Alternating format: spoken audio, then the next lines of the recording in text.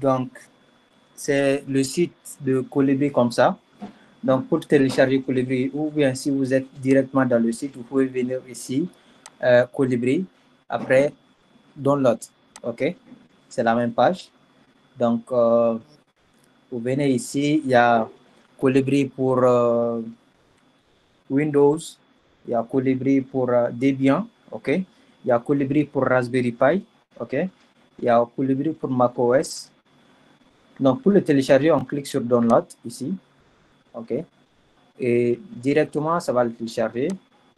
Déjà, c'est en cours de téléchargement. Les instructions pour l'installation de Colibri. On clique sur Instruction, Installation, Instruction for Windows.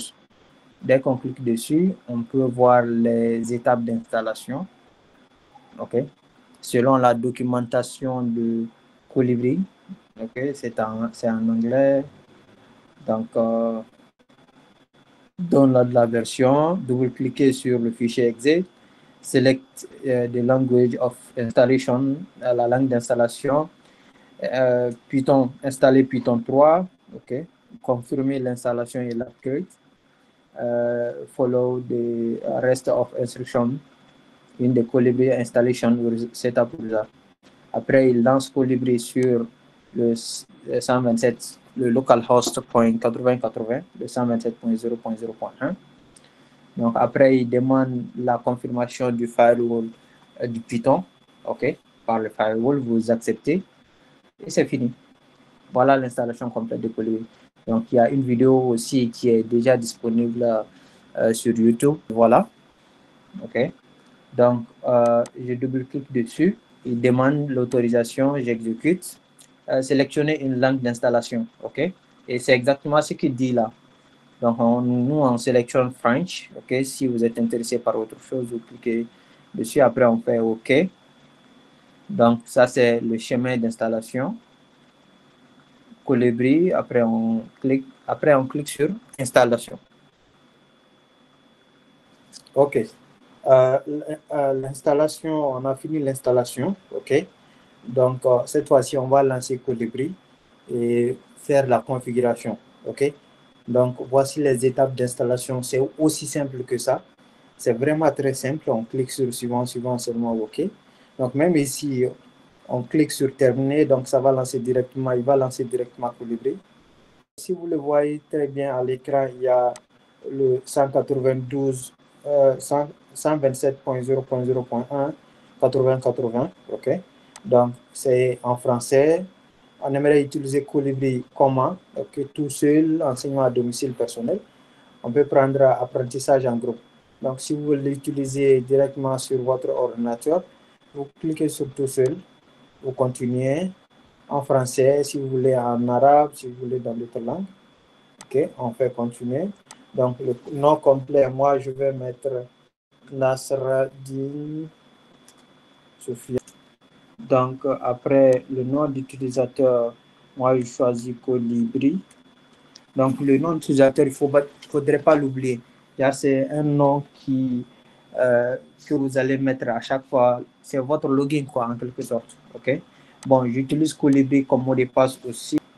Donc, on clique sur Continuer. Bon, je ne vais pas enregistrer.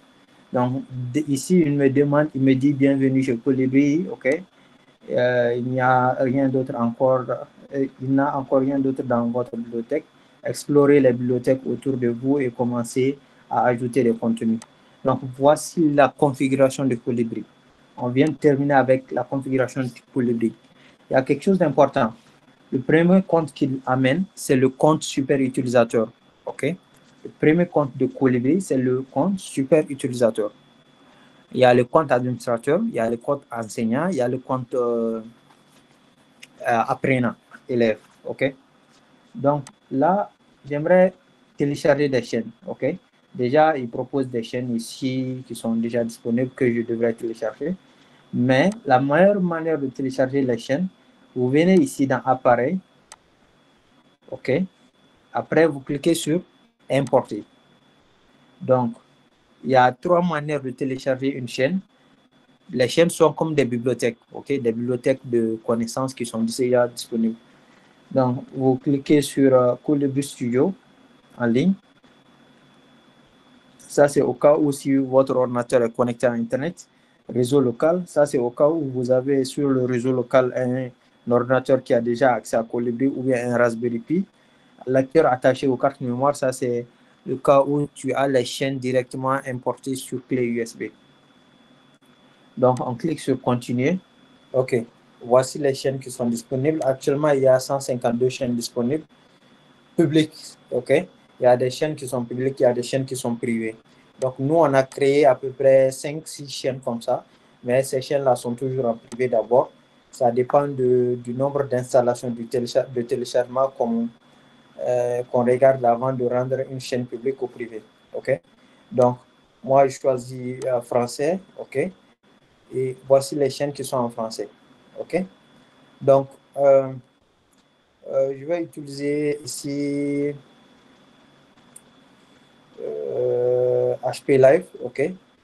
HP Live, ça c'est des cours, un programme de la fondation HP. Les cours HP Live sont conçus pour aider les adultes à apprendre de manière autonome diverses compétences numériques, y compris les technologies de l'information, la création de l'entreprise, les ventes en ligne, ainsi de suite.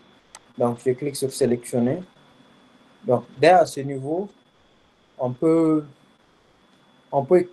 d'abord tout sélectionner. OK. Directement, on va voir la taille ici, 712 mégabits. Et il y a 12 ressources dedans et qui font 19 mégabits. OK. Donc, je clique sur importer. C'est bon. Donc, il a commencé l'importation. Donc, c'est fini. Donc, on peut sortir d'ici. Vous voyez déjà, voici la chaîne qu'on a téléchargée tout de suite. OK. Donc, dans Apprendre, vous voyez qu'on a HP Live seulement. OK. On a HP Live seulement comme chaîne. On peut cliquer dessus. Donc, on va démarrer une petite entreprise. Et voici les documents qui sont dedans et des ressources. OK. C'est pas une vidéo, c'est Qu'est-ce qu'il t'arrive? des documents Juste une longue journée de travail. OK. Je m'ennuie un peu et je voudrais non? faire quelque chose de différent. Donc, il calcule aussi directement le temps que tu fais sur ces Tu as une idée en tête? choses-là. J'ai toujours rêvé d'avoir Et ma propre après aussi, entreprise, être mon propre... dans certains trucs, dans certaines chaînes, il y a des questions-réponses, tout ça là. Donc, je vais être bref. Je crois que je vais m'arrêter là. On a téléchargé une seule chaîne. OK. On peut cliquer directement ici, se déconnecter. OK. Et comme cette partie, comment accéder à cette partie? La page d'accueil, voilà, OK. la page de connexion. Donc, comment accéder à ça? Je me suis déconnecté maintenant. Je peux cliquer directement sur Colibri. OK. Voici l'application Colibri déjà qui est sur mon ordinateur. OK. Donc, je clique sur Ouvrir. Soit je clique ici, soit je reviens directement sur le bureau. Je clique sur Ouvrir. Donc, je vais attendre. Directement, il va l'ouvrir dans l'ordinateur, dans le navigateur. Et à partir d'ici, on clique sur, donc, met le nom d'utilisateur. Moi, j'avais mis Colibri. OK. Après, je fais suivant. Mot de passe, Colibri. Voici la chaîne qu'on a utilisée, tout ça là.